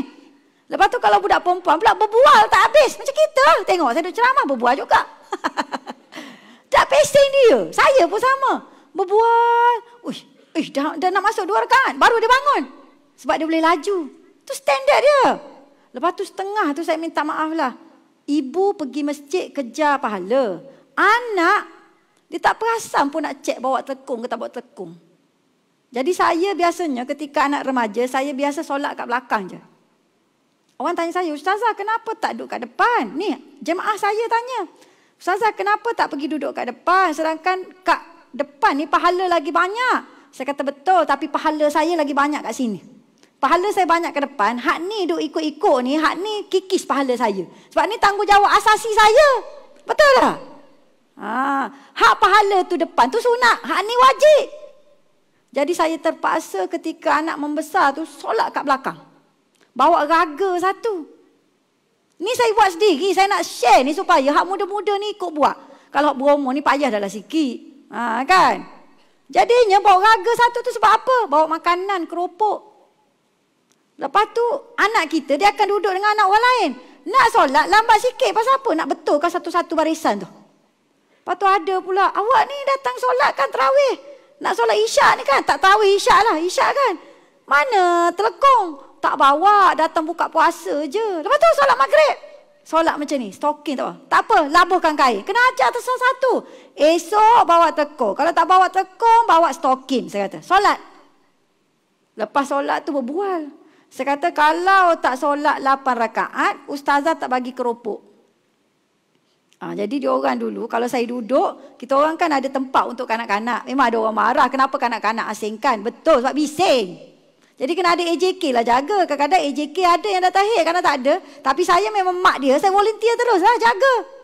Mula-mula saya jaga seorang, lama ada mak-mak jaga sekali. Dia orang nampak dah lah. So, saya bawa keropok. Saya kata kalau siapa tak siap 8 rakaat, tak boleh makan kuih dan keropok ustazah. Tapi yang kecil-kecil tu pandai. Yang kecil-kecil tu, dia tahu dah saya bawa raga, merangkak. Tengok, sabar saya kata. Nak je, solat. Dia merangkak. Dia tahu dah dalam tu ada keropok. Tu standard saya. Sampai sekarang pun saya bawa raga. Ustazah, anak besar pun bawa raga. Ya, ni raga saya pula, raga orang tua saya kata. Tapi adalah benda-benda. Nak macam mana ibu... Kita membentuk anak kita melalui sifat ibu lah. Jadi lamalah tak boleh solat kat depan. Sekarang anak-anak dah besar, dah teratur, dah reti adab. Barulah boleh berkejaran kat depan. Nak ceritanya apa dia? Kadang-kadang kita ni bersungguh-sungguh kejar pahala. Ikut hukum tu, tetapi kita tidak ejas hukum tu. Ikut peranan kita sebagai ibu dan juga wanita. Dia ayah tak sama perempuan. Itu kan tugas ayah. Suamilah yang kena didik ahli keluarga, betul. Tapi awak rasalah dengan suami yang kurang emosi. Berbanding dengan kita tu, dia reti tak macam mana nak lenturkan anak-anak ni? Rasa-rasa macam mana? Saya ada seorang ni, orang lelaki. Ditinggalkan isteri. Isteri dia curang. Tapi lelaki ni handsome. Lama kita orang kenal dia. Dia duduk dekat kawasan kejiranan. Saya ngajar kat situ. Anak perempuan 7 orang. Isteri dia, suami punya handsome, kerja bagus. Dia engineer lah, bagus. Handsome. Tapi isteri curang lari pergi tinggalkan anak-anak dan suami. Suami jaga anak-anak tu pening kepala. Especially time anak-anak first time datang haid. Kena minta tolong jiran. Nak ceritanya. Dan dia ni tak tahu macam mana nak kontrol emosi tu. Nak lebihkan emosi sebab dia adalah lelaki. Suami saya relax je dia. Time solat. Dia solat kan. Anak menangis ke? Anak jatuh ke? Anak merangkak depan dia ke? Dia jeling lah. Tapi tak apa-apa, relax je. Lepas tu anak menangis ni. Dia boleh lepas solat ni. Kita kan kadang lambat solat sikit sebab nak kena pergi tandas lah. Urus anak. Lepas tu kita lambatlah sikit rakaat kita berbanding dengan suami. Betul tak? Dia anak tengah menangis melala ni. Dia boleh siap tahiyat akhir tu. Berzikir dengan tenangnya. Berdoa bagai tak bersalah. Kita ni pula, ya Allah. Dalam solat ni macam-macam. Bila siap tu, tak ingat dah doa apa. Ambil anak dulu. Dia sangat relax. Sebab kurang emosi. Awak rasalah orang macam ni boleh tak nak melenturkan anak. Dia tak boleh fikir dah benda kecil-kecil. Betul tak? Sebab itu gunalah kuasa kita sebagai ibu. Di bulan Ramadan terutamanya. Ibu saya nak ceritalah. Kalau ibu yang dah berumur. Mungkin dah ada anak yang besar. PJJ dengan kita. Tugas kita juga ibu. Kalau suami jenis mungkin tak boleh nak buat kerja details. Kita lah kena buat. Tugas kita check. Adik duk asrama. Ngaji dah berapa juzuk ni? Kita orang ni dah juzuk sekian-sekian. Kakak juzuk sekian-sekian. Abang juzuk sekian-sekian. Adik juzuk berapa? Kita ingat bila duduk asrama dia tersusun. Tak. Walaupun asrama diri dia tu tetap perlu dibentuk oleh kita. Saya tak akan sekali-kali suruh orang lain bentuk anak kita. Kita bentuk sendiri. Anak saya mengaji Quran. Dia kena mengaji Quran dengan ustazah. Tapi dengan saya kena mengaji macam biasa. Ngaji macam biasa. Tak dia dah mengaji dah. Mengaji lagi. Sebab apa? Sebab kita ibu tak puas hati selagi tak mengaji depan kita. Tu anak kita.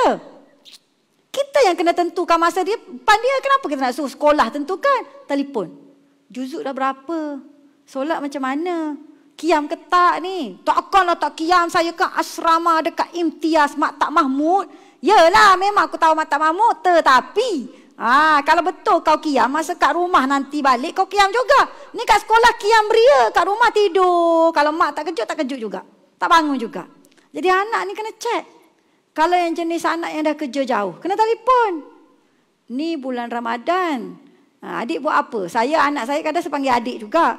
Adik buat apa? Itulah mak sibuk, nak tarawih pun tak sempat sebab kerja gini-gini, lepas tu letih, tarawih kat rumah je lah. Lepas tu kalau kena lelaki pula, kita kena beritahu. Adik ni lelaki.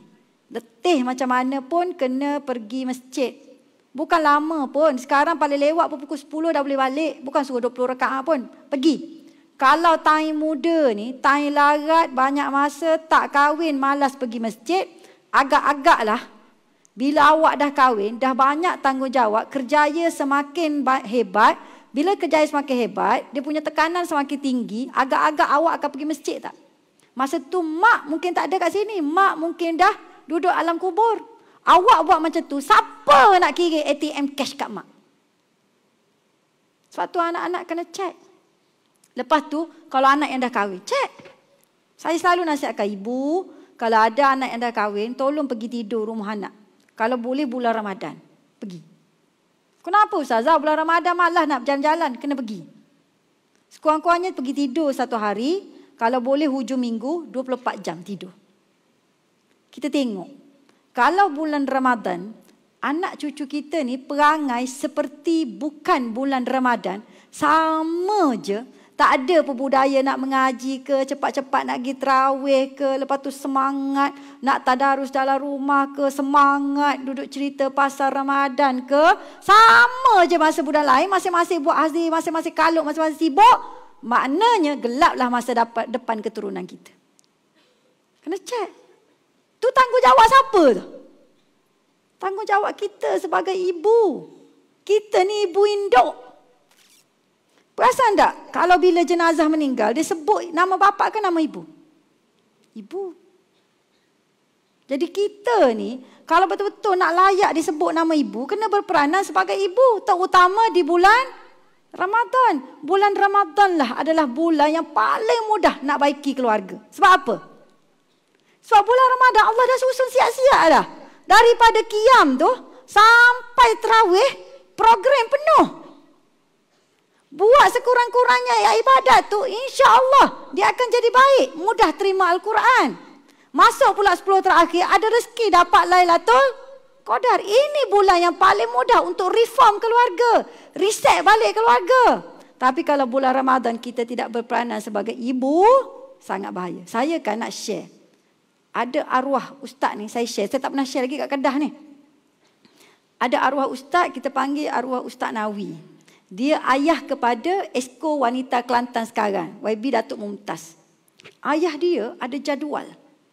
Mak dia dah meninggal awal sebab kanser.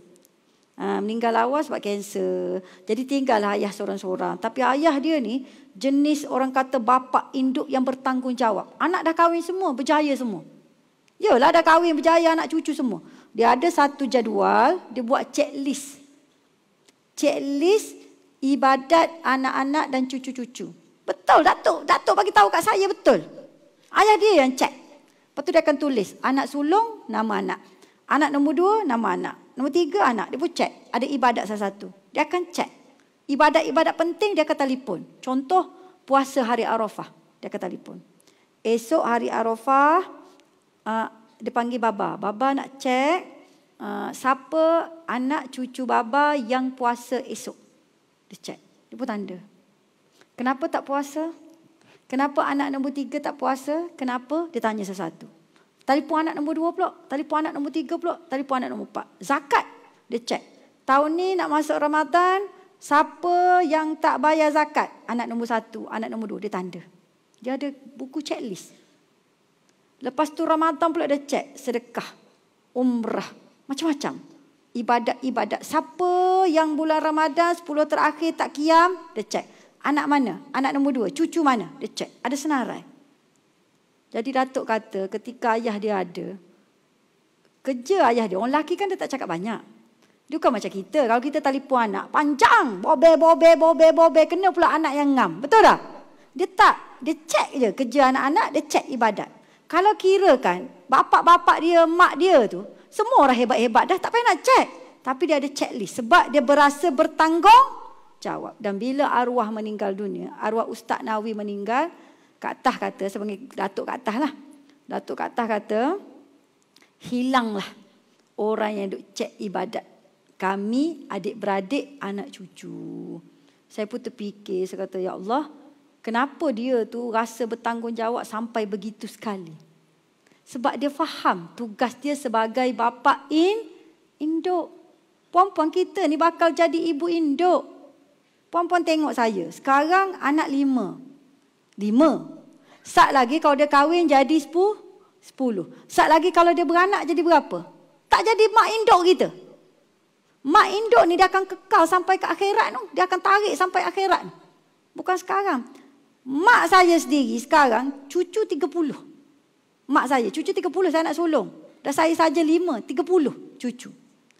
Campur dengan anak 7. Campur dengan menantu 14. Setakat ni menantu semua seorang lagi lah.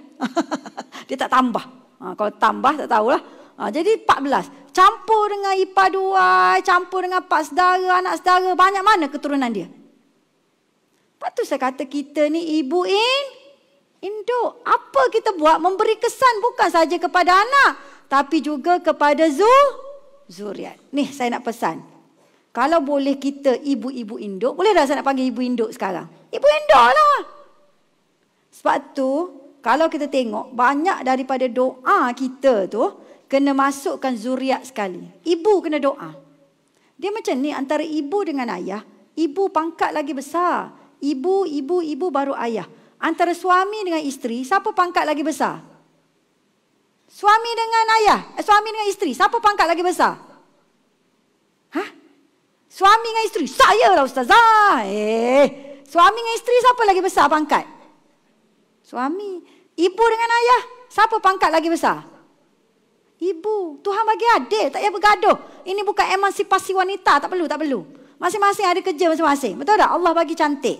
Okey, saya nak bagi doa. Tapi doa tu, saya ada edar tu. Cuba tengok saya ada edar, sampul surat. Puan-puan boleh scan, saya bagi percuma. E-book kompilasi doa. Kompilasi doa tu saya dah kumpulkan sejak 2 tahun. Sebelum ni saya amalkan sendiri. Sekarang saya dah buat kompilasi doa. Boleh tengok kat situ. Sekali dengan sampul. Sampul tu sebenarnya lupa nak maklum. Ralik ceramah ni puan saya ni. Jadinya sampul tu adalah dana untuk saya Nur Ramadan. Sebab sekarang kita orang tengah bina sebuah sekolah kafa dekat Patani. Patani dekat sini je kan? Sebelah Patani, selatan Thailand. Sebab dekat sana kalau siapa yang pergi sekolah kebangsaan, pagi kalau budak sekolah rendah dia wajib pergi sekolah kebangsaan. Tapi dia orang tak belajar Quran, dia orang belajar bahasa Siam, tak belajar bahasa Melayu dan tak belajar agama. So setiap kampung wajib bina sekolah kafah dan pujuk budak masuk sekolah kafah secara percuma. Cikgu-cikgu infak. Siang kerja lain, malam ataupun hujung minggu infak tenaga. Sebab kalau tidak, mereka adalah anak-anak Melayu sebangsa dengan kita, dekat dengan kita. Dulu adik-beradik kita satu negara kan. Cuma sebab perjanjian Bangkok tu. Jadi sekarang kalau mereka tak pergi sekolah kafah tu secara percuma, mereka akan buta Quran, mereka akan buta bahasa Melayu. Sebab tu sekarang kalau puan pergi sikit, ada ramai dah yang tak kerti bahasa Melayu. Padahal dia tu Melayu, cakap Melayu. Macam puan pergi Krabi. Krabi tu lepas 3 generasi tak kerti cakap Melayu. Itu semua Melayu, 100% Muslim. Pulau Krabi tu adalah pulau Raja Kedah dulu. And then tak kerti. Orang kata apa? Quran. Buta huruf, buta agama, buta bahasa Melayu. So sebab tu kita orang berjuang buat sekolah kafah dan kita ajak budak-budak masuk secara percuma. Jadi kalau siapa nak nyumbang boleh situ. Scan boleh, masuk boleh. Tapi yang siapa nak e-book boleh scan. Kita bagi e-book dah. Jadi doa ni antara doanya yang wajib kita sebagai ibu amalkan. Doa surah Ibrahim. 126 hingga 128. Wajib. Nanti dalam buku tu ada. Adik-adik kalau boleh doa daripada kecil. Ulama besar dia suruh anak dia doa daripada 4 tahun tu dah start doa dah dalam sembahyang. Iaitu apa dia? Rabbij'al hadza baladan amina warzuq ahlahu minas samarat. Ya Allah, ya Tuhanku, ketika ini Nabi Ibrahim membina kota Mekah. Kan Hajar mula-mula jadi penghulu dekat kota Mekah. Setelah berpisah lama, diletakkan oleh suaminya di kawasan Hajar itulah. Kan di kawasan Mekah sekarang, maka terbinalah kota Mekah. Lepas tu di situ dibina Kaabah. Jadi Nabi Ibrahim doa, ya Allah, ya Tuhan kami, jadikanlah negeri ini aman. Maksudnya apa dia?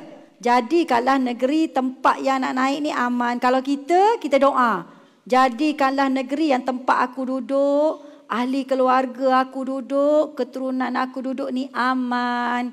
Sebab kalau aman, anak-anak kita nak kerja pun elok, nak buat agama pun mudah, nak buat maksiat pun takut. Kena doa. Kadang-kadang kita doa untuk keturunan saja, tak doa pada tempat. Macam sekarang Kedah, puan-puan kerja dekat SUK. SUK ni adalah kerja membangunkan negeri. Ni pahala besar ni. Ingatkan mudah ke nak kerja bangunkan negeri? Ini jihad. Nabi Muhammad SAW mengajar kita membangunkan negara Madinah selama 13 tahun. Mengajar solat dalam satu malam, ketika Isra' Mi'raj, kita dah dapat perintah solat, semua orang dah boleh solat, betul tak? Puasa, mengajar dalam masa satu hari, kita semua dah reti puasa. Haji, Rasulullah pergi tunjuk sekali buat haji, kita haji sampai sekarang. Betul ke tak betul? Tetapi nak membangunkan negara Madinah, Rasulullah hajar kita selama 13 tahun sebelum Rasulullah wafat. Puan-puan sekarang kerja kat SUK. Kerja ni kerja bangunkan negeri. Dan sekarang pula puan-puan duduk bawah MB yang sangat terkenal itu. Buka TikTok je aku nampak muka dia je FIP. Bertuah sungguh rakyat Kedah kan. Penuh dengan geng-geng motor ikut. Nak bangunkan sebuah negeri yang, saya tahulah kalau Kedah dia punya slogan. Apa dia slogan dia? Teduhan bagi orang miskin. tempat orang kaya berbakti. Betul ke tak betul Puan Sunita? Ingat ke mudah ke nak capai slogan tu? Puan-puan kena kerja, kena komit dengan slogan tu sampai akhirnya dia jadi kedah ini tempat orang kaya berbakti, orang miskin berteduh. Sekarang adakah 100% kita capai slogan tu? Tak capai. Dan sekarang kita pula buat di bawah kerajaan Islam. Perlukan ilmu, ilham, perlukan kesungguhan, perlukan komitmen, perlukan pengorbanan untuk hasilkan sebuah negeri. Sebab tu kena doa banyak-banyak, terutama puan-puan ni adalah frontliner dalam membangunkan negeri ini. Jangan ingat lepas ni datang SUK kerja balik. Datang SUK kerja balik. Tak! Aku sedang bangunkan negeri. Aku sedang berjihad sekarang. Sebagaimana Rasulullah bangunkan kota Madinah. Aku arkitek pada masa depan. Aku yang akan tinggalkan negeri ini untuk keturunan dan zuriat. Jadi kalau aku ni perangai tak molek, berkira-kira dengan Allah, akulah penyumbang kepada kerosakan negeri ini. Ingat macam tu. Saya tahu Puan Sunita sebab saya ni 20 tahun terlibat dengan penggubalan dasar dan pelan tindakan di Kelantan, terutama isu wanita. Pernah? 20 tahun saya terlibat. Bukan sehari dua. Benda pecah kepala, orang lain tak nak buat. Sebab benda tu dia kena duduk, tahulah, buat drafting. Ingat ke mudah? Lepas tu nak pastikan setiap drafting tu, kita kata, okey, nak jadi orang miskin berteduh. Apa maksud dia? Ikut undang-undang. Apa maksud dia? Ikut pentadbiran. Apa maksud dia? Ikut ekonomi, pertanian. Pening. Benda tu. Lepas tu nak pastikan 5 tahun macam ni, 10 tahun macam ni. Tak jadi, pusing balik. Itu perjuangan. Sebab tu kerja SUK ni bukan kerja main-main. Kerja daripada Allah Subhanahu Wa Taala. Doa. Tambah-tambah puan ni adalah ibu. Doa. Rabbi ja'al hadha baladan amina warzuq ahlahu minas samarat. Ya Allah, ya Tuhanku, jadikanlah negeri ini aman, sejahtera. Dan rezekikanlah kepada ahlinya, iaitu kita, anak kita, keturunan kita, tempat kita bernaung ini, daripada samarat, iaitu apa? Iaitu rezeki maksudnya. Berilah kekayaan kepada anak negeri ini. Kepada siapa dia? Kepada man amana minhum billah wal yaumil akhir. Doa dia. Berilah kepada orang yang beriman kepada Allah dan hari akhirat. Ni doa Nabi Ibrahim. Sebab masa Nabi Ibrahim ada, Nabi Ismail ada, mungkin kota Mekah terjaga. Tapi keturunan nanti, wallahu alam. Tetapi nak bangunkan negeri dan tempat ini supaya keturunan kita dapat hidup molek, perlukan kewangan, perlukan kekayaan, perlukan rezeki. Bagi rezeki kepada orang beriman. Bila ada duit, mukeceklah banyak mada pun mudah. Tapi kalau miskin, lapar, kebuluran, nak cerita apa tentang perjuangan? Anak kita, kalau miskin, nak bercakap tentang benda-benda besar, pening. Cuba kita tengok bau ni kat TikTok. Siapa tengok TikTok yang orang pergi Star William buat doyok tu, yang dia tawarkan baju Melayu RM1? Siapa tengok kat TikTok? Oh, pura-pura tak tengok TikTok. Aku tahu semua gini. Nasib baik tak boleh ada sound. Kalau tidak, dia tengok juga sampai aku ceramah ni. Betul ke tak betul? Cuba tengok bagaimana orang berebut sebab harga RM1. Saya kata, ya Allah, saya beli kat situ juga sebenarnya untuk suami saya. Memang saya beli yang wak doyok. Sebab dia punya size cutting tu sesuai dengan suami saya. Memang saya beli. Saya kata, ya Allah, aku mujurlah aku beli sebelum Ramadan. Sebab saya memang fikir dah nak settle sebelum Ramadan semua. Kita kan penat masuk Ramadan. Sebab ulama kata 6 bulan sebelum Ramadan tu siap dah awal-awal. So saya siap awal dah. Rupanya kedai yang saya pergi itulah yang perempuan tengok tu. Kerana RM1 orang beratur bukan main. Dengan anak kecil dan semua. Bila masuk, dah lupa dah sifat kemanusiaan. Kerana RM1. Kalau dia kaya, kalau dia hebat, peribadi hebat, dia ada tak dia akan jadi macam tu? Sekarang kan orang susah. Ramai orang terdesak. RM1 ni sanggup buat apa saja. RM1 baju Melayu. Harga biasa RM150 lebih. Dia nak yang RM1. Lepas tu perempuan tengok dalam tu berebut, lempar, curi, cermin pecah. Pecah cermin. Inilah sifat manusia apabila kelaparan, kebuluran, kemiskinan. Jadi puan-puan, kalau nak keturunan puan-puan ni menjadi orang hebat, orang bagus dalam bidang masing-masing, mewarisi negeri yang bagus, kena ada rezeki, minta rezeki daripada Allah Subhanahu wa ta'ala. Jadi doa yang ni.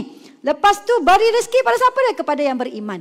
Kalau puan serahkan negeri ini kepada orang yang tidak beriman, hancur juga. Bila hancur, anak-anak dan zuriat kita terkesan. Sebab kita ibu induk. Yang ke-127, doa lagi daripada Nabi Ibrahim. Rabbana taqabbal minna innaka antas sami'ul alim. Tak payah doa panjang-panjang, doa berkat direct daripada Nabi. Wahai Tuhan kami, terimalah amalan kami. Sesungguhnya Engkau ya Allah Maha mendengar lagi Maha mengetahui. Doa tu je.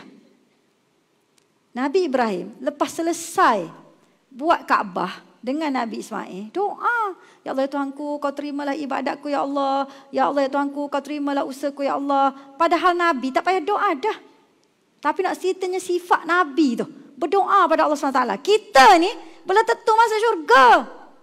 Belum tentu dinaungi oleh Allah SWT. Belum tentu turun berkat. Tak berdoa. Puan-puan, lepas ni kerja kat SUK ni doa. Rabbana taqabbal minna innaka antas samiul alim. Ya Allah Tuhanku, aku kerja bahagian tanah ni. Kau terimalah ibadat aku ya Allah. Allah terima ibadat kita, dia akan berkati sampai keturunan. Kita kerja bahagian kewangan, bahagian audit. Tadi audit. Dia takut sungguh jumpa saya awal-awal. Takut audit lah, saya faham audit ni. Kan saya pun jaga saya punya ekonomi sebab takut kena audit kan. Kalau ESCO 3 kali setahun wajib audit. Betul tak? Itu standard lah. SUK saya faham. Ketat dia punya pengauditan. Jadinya, orang kerja audit, lepas audit elok-elok urus, elok-elok kewangan semua. Rabbana taqabbal minna innaka antas samiul alim. Ajar anak-anak baca juga. Setiap kali buat benda baik, baca. Setiap kali lepas kerja, baca. InsyaAllah, kalau kita rajin baca doa ni, tak adalah nak buat benda jahat. Tak adalah nak ngulah. Tak adalah nak buat rasuah dan lain-lain. Menzalimi pekerja dan lain-lain. Sebab kita baca doa ikut Nabi Ibrahim. Patut Nabi Ibrahim suruh doa lagi ni. Rabbana waj'alna muslimaini lak. Wa min dhurriyyatina ummatan muslimatan lak. Wa arina manasikana. Wa tub alaina innaka antat tawwabur rahim. Ya Allah ya Tuhan kami, jadikanlah kami, kalau kita muslimin lah. Kalau ni sebab Nabi Ibrahim dan Nabi Ismail dua muslimain. Tapi kalau nak ikut pun tak apa. Ya Allah ya Tuhan kami, jadikanlah kami. Dia anak-anak dia. Nabi Ibrahim ni dalam doa tak pernah tinggal anak dan zuriat. Anak dan zuriat. Muslimina laka. Kalau dalam Quran muslimain, Islam menyerahkan diri semuanya kepadamu ya Allah. Wa min dzurriyyatina, dan daripada zuriat-zuriat kami juga. Minta teguh. Ummatan muslimatan lak. Daripada zuriat kami itu juga adalah umat yang menyerah diri segalanya kepadamu ya Allah. Wa arina manasikana. Ya Allah ya Tuhanku, tunjukkanlah kami cara beribadat. Dalam ni Nabi Ibrahim minta tunjuk haji, kita tunjuk cara ibadat. Sebab gini perempuan, kita kadang-kadang nak beribadat pun bukan mudah. Dengan sibuk kerja, dengan kepenatan, berkira-kira kadang nak ibadat. Kadang-kadang kita buat hak wajib-wajib je. Nak sedekah, kita banyak komitmen. Kadang-kadang kita nak berzikir, susah. Banyak halangan gitu, gini, gitu. Tapi kita minta, ya Allah, ya Tuhanku, kau tunjukkanlah kepada aku dan keturunanku cara beribadat yang paling sempurna dan sesuai untuk aku. Ya Allah. Kita minta. Ni Nabi Ibrahim minta, kita tak pernah minta. Supaya mudahkan ibadat kita. Wa tub alaina. Ya Allah, bagilah kami bertaubat. Innaka antat tawwabur rahim. Sesungguhnya engkau ya Allah Maha penerima taubat dan Maha penyayang. Baca doa ni. Kalau boleh bulan Ramadan baca banyak-banyak. Sebab kita adalah ibu. Satu lagi doa Nabi Ibrahim yang biasa kita baca tapi kita tidak menghayati makna. Ni adik-adik kena baca daripada awal. Saya dulu doa jodoh ni dekat tempat saya baca dah. Sebab tu kahwin cepat. Tu contoh kan. Tapi kahwin cepat tu Allah bagi rezeki. Tapi baca terus awal-awal supaya kita dapat tu yang terbaik dalam hidup kita. Rabbana hablana min azwajina wa dhurriyyatina qurrata a'yun. Sampai situ biasanya. Tapi kena sambung lagi, tapi kena dengar makna sekali. Ya Allah, ya Tuhan kami, kurniakanlah kepada kami min azwajina, daripada pasangan kami, wa dhurriyyatina, dan zuriat kami, qurrata a'yun, penyedap mata. Penyedap mata ni maknanya baik. Ada baru ni, bila saya doa ni, ada seorang puan ni tanya pada saya, Ustazah, apa pandangan Ustazah kalau ada di antara anak kita ni tak berjaya? Yalah, bukan semua anak kita berjaya. Dalam satu tandam pisang, mesti ada yang tak jadi. Betul ke tak betul? Saya tanya dia, maksud tak berjaya ni Ustazah, yalah yang lain tu kerja elok, kerja bagus. Semua dah beranak pinak lah, orang tua kan. Tak kata tua tu tak juga, dalam 50 lebih lah. Kerja elok, tapi ada anak tu kerja biasa-biasa Ustazah, susah sikit. Dari segi harta pun susah lah, orang kata pendapatan tu susah. Saya kata puan, sepanjang pengalaman saya lah. Saya dulu jaga adik lama, bawah saya 6 orang, saya jaga adik. Saya katalah, ni saya, anak kita tak nak tengok lagi sebab anak baru tengah membesar. Tapi adik saya dah boleh tengok dah. Saya kata sepanjang pengalaman saya jaga adik dan ilmu yang kerdil ni, saya boleh kongsi berdasarkan pengalaman sahaja. Adik saya ni 6, campur saya seorang 7. Setiap orang ni, dia bidang berbeza-beza. Adik-adik saya ni ada ustazah, saya ustazah. Tapi bidang saya syariat undang-undang. Ada bidang kaunseling, ada doktor, ada kerja multinational company, macam-macam. Kerja macam-macam lah. Ada pensyarah, peniaga pun ada. So dalam 7 tu macam-macam karakter. Tapi ada seorang memang betul. Allah bagi tu rezeki tu orang kata tak seperti yang lain. Orang lain masuk you, dia tak masuk you. Betul. Tapi saya nak cerita pengalaman saya kata. Sebenarnya setelah lama saya hidup, saya kata 40 lebih dah ni, saya nampak ada orang, dia Allah bagi rezeki satu kerja dan dia minat terhadap kerja tersebut. Tapi kadang-kadang ada kerja tu dia tidak menjanjikan duit. Betul ke tak betul? Saya pernah ingat dulu saya jadi pensyarah. Sebelum saya jadi pensyarah, ada seorang pensyarah tua, almarhum dah. Anak tu guru besar lah. Dia kata macam ni kat kami suami isteri. Dia kata gini, awak nak jadi pensyarah kan? Kalau nak jadi pensyarah, jangan harapkan kekayaan. Dia kata macam tu. Kalau nak kaya, pergi berniaga. Kalau jadi pensyarah, awak tak akan kaya sampai bila-bila. Betul. Saya jadi pensyarah. Memanglah kita dapat gaji 7, 8, 10 contohnya kan. Tapi dia tak akan pergi 50,000. 50,000 tu maknanya ni dah buat kerja lain kat luar dah. Bukan jadi semata-mata pensyarah. Nampak tak? Dia tak akan pergi 50,000. Dia akan campur kerja lain baru jadi 50,000. Tu pun banyak-banyak pensyarah. Berapa orang je terpilih 50,000 tu? Tu pun dah jawatan lain dah. Mungkin board ke apa dah. Konsultan besar-besar dah. Bukan level pensyarah dah. Nak ceritanya, ada rezeki tu, contohnya lah. Kalau dia ni kerja sebagai aktivis NGO. Memang usaha banyak mana pun rezeki dia makan setakat tu.